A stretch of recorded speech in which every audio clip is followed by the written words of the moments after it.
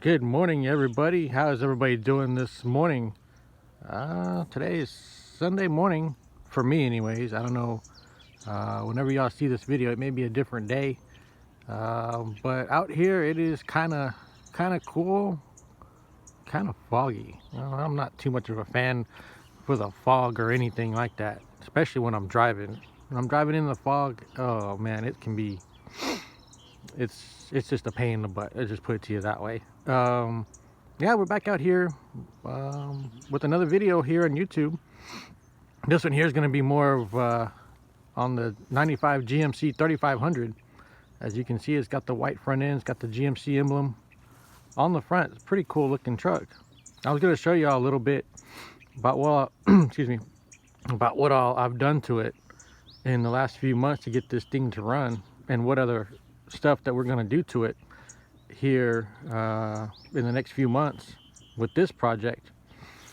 So let me go ahead and open up the hood here, and I'll show you what's all been done to it. Again, this has got the 5.7 350 TBI motor in it, and I'll start up here in just a minute, but just kind of an overview of what we've done to it. Just about everything, pretty much. As you can see, it's got a new alternator on it. We had to replace the hoses, had to replace the fan clutch, had to replace the water pump on it.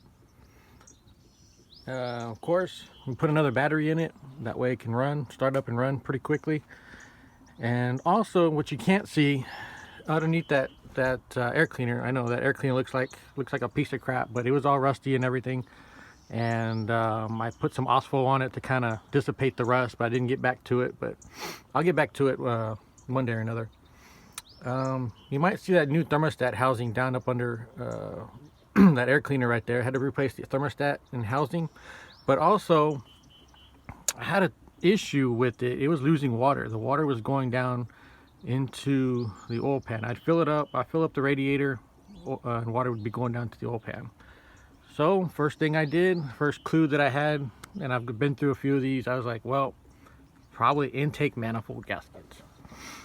And sure enough, I tore it all apart. I cleaned everything up, and sure enough, when I looked at it, when I had the intake manifold off, I could see where the water was going. Now, how did I know where the water was going? Well, the intake valve on the other side, on the one of the intake valves on the driver's side was orange. It was the only one that was orange, so that was telling me that's where the water was going. So I cleaned everything up and put her back together, sealed it up, and made sure that she held water before I even went any further. And yes, I flushed everything out. I drained the block of all the water. I did it a few times, of the old junk and everything. Put a new radiator in it and put her back together, and she held water. So that was my biggest concern with this one. So now that it holds water, I got it all back together. I even put a new coolant recovery tank in it, just because the old one was all dirty and nasty, and I couldn't read the water level. I mean, it was cheap enough to get, so I wound up doing that. I also put, I don't know if you can see it back there, it's back there behind that air cleaner, new distributor cap, new rotor, new wires, new spark plugs. So yeah, it runs and drives pretty good. Let me show you the interior of the truck a little bit. Like I said, the interior is in decent shape. It's, you know, it's a work truck. It's been well used, but I've seen a lot of newer trucks in the oil field. They're trashed. They're trashed compared to this one. And this one here is in good shape. As you can see, I'm just missing one piece off the door panel. Now, on this door, I had to take the door panel off and get the window to work, because the window motor in this door for the window, it was just grinding, making all sorts of noise, as some of y'all may have experienced on these trucks. And so I took the door panel apart, took that metal panel, which the motor is attached to, took that out, took everything apart, and put everything, replace the motor on it. Now, if you look at my, I will say, if you look on my Instagram page, I'll give you the info on my Instagram page here in just a minute. Look at my Instagram page. It gives you exact details of what I've done to this truck, as well as some of my other projects that I'm working on.